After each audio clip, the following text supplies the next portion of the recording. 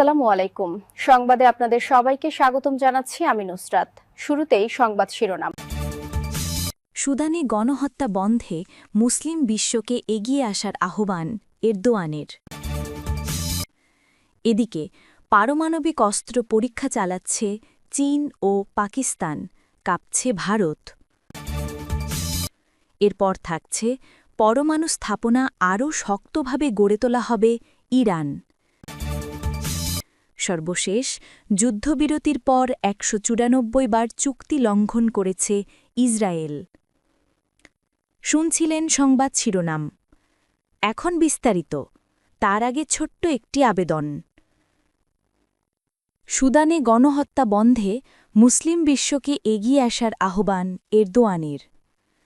২ বছরের ভয়াবহ গৃহযুদ্ধে ১.৫ লাখেরও বেশি মানুষ প্রাণ হারিয়েছে সুদানে। ২০২৩ সালের এপ্রিল থেকে সেনাবাহিনী ও অর্ধসামরিক বাহিনী র্যাপিড সাপোর্ট ফোর্সেসের মধ্যে চলছে ভয়াবহ সংঘাত। সম্প্রতি দারফুরের এল ফাশার শহরে প্রকাশ পেয়েছে এক নৃশংস গণহত্যার চিত্র। এই রক্তপাত থামাতে মুসলিম বিশ্বকে একত্র হতে আহ্বান জানিয়েছেন তুরস্কের president Recep Tayyip Erdogan. ইস্তানবুলে OIC অর্থনৈতিক সম্মেলনে তিনি বলেন, যার হৃদয়ে মানবতা আছে সে এল ফাশারের গণহত্যা মেনে নিতে পারে না। আমরা নীরব থাকতে পারি না। এরদোয়ান আরও বলেন, সুদানে রক্তপাত বন্ধের সবচেয়ে বড় দায়িত্ব মুসলিম বিশ্বের। আমাদের নিজেদের সমস্যা নিজেরাই সমাধান করতে হবে। তিনি জোর দিয়ে বলেন, এই কঠিন সময়ে সুদানের মানুষের পাশে দাঁড়ানো, মানবিক সহায়তা ও উন্নয়ন সমর্থন অব্যাহত রাখা এখন সময়ের দাবি। এদিকে পারমাণবিক অস্ত্র পরীক্ষা চালাচ্ছে চীন ও পাকিস্তান, কাঁপছে ভারত। মার্কিন প্রেসিডেন্ট ডোনাল্ড ট্রাম্প জানিয়েছেন, চীন ও পাকিস্তান গোপনে পারমাণবিক অস্ত্র পরীক্ষা চালাচ্ছে। সিবিএস নিউজের 60 মিনিটস অনুষ্ঠানে তিনি আরও বলেন, উত্তর কোরিয়া, রাশিয়া, চীন সবাই পরীক্ষা করছে, পাকিস্তানও করছে, শুধু তারা আপনাকে বলে না।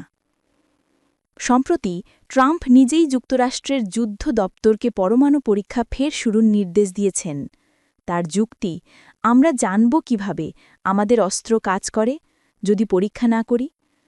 অন্যদিকে চীন এ অভিযোগ অস্বীকার করে জানিয়েছে, তারা দায়িত্বশীল পারমাণবিক শক্তিধর দেশ হিসেবে আত্মরক্ষামূলক কৌশলেই অটল। পাকিস্তান এখনও আনুষ্ঠানিক কোনো প্রতিক্রিয়া দেয়নি। তবে আন্তর্জাতিক অঙ্গনে এই খবর ছড়িয়ে পড়তেই ভারতের প্রতিরক্ষা মহলে চরম উদ্বেগ দেখা দিয়েছে।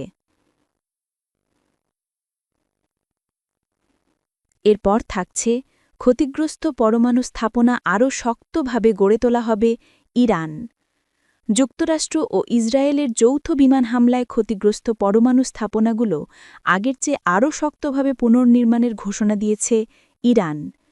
তেহরানে পারমাণবিক সংস্থার পরিদর্শনে দিয়ে প্রেসিডেন্ট মাসুদ পেজেশকিয়ান বলেন, আমাদের অগ্রগতি ধ্বংস করা যাবে না, আমরা আগের চেয়েও শক্তভাবে ফিরে আসব।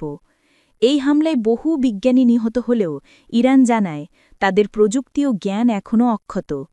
ইরান পাল্টা ব্যালিস্টিক মিসাইল নিক্ষেপ করে জবাব দেয় ইসরায়েলকে। পাশাপাশি ওমান এখন মধ্যস্থতা করছে যুক্তরাষ্ট্র ও ইরানের মধ্যে নতুন সংলাপ শুরুর জন্য। বিশ্লেষকরা বলছেন, এটি হয়তো নতুন এক আঞ্চলিক উত্তেজনার সূচনা।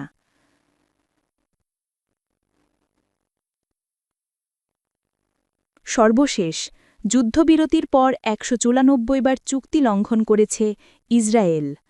ফিলিস্তিনের গাজায় যুদ্ধবিরতি চুক্তি কার্যকর হলেও ইসরায়েল ইতিমধ্যে ১৯৪ বার তা ভেঙেছে, অভিযোগ ফিলিস্তিনি মিডিয়া অফিসের।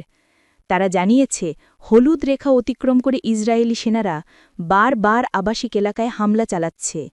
এতে বহু মানুষ হতাহত হয়েছে, ধ্বংসস্তূপে এখনও আটকে আছেন ৯৫০০রও বেশি ফিলিস্তিনি। গাজার ৯০% অবকাঠামো ধ্বংস, লাখো মানুষ বাস্তুচ্যুত, আর সীমান্তে আটকে আছে হাজারো ত্রাণবাহী ট্রাক। আন্তর্জাতিক নীরবতা এই মানবিক বিপর্যয়কে আরও গভীর করছে। সমাপ্তি বক্তব্য, সাবস্ক্রাইব রিমাইন্ডার সহ। যদি আপনি চান সত্য যেন পৌঁছায় বিশ্বজুড়ে, তাহলে এখনই নিচে থাকা লাল বোতামে ক্লিক করুন, সাবস্ক্রাইব করুন। আপনার একটি সাবস্ক্রিপশনই আমাদের শক্তি। আর কমেন্টে লিখে জানান, আমরা নীরব নই, আমরা মানবতার পক্ষে। কারণ নীরবতা মানে অন্যায়ের পাশে থাকা নয়।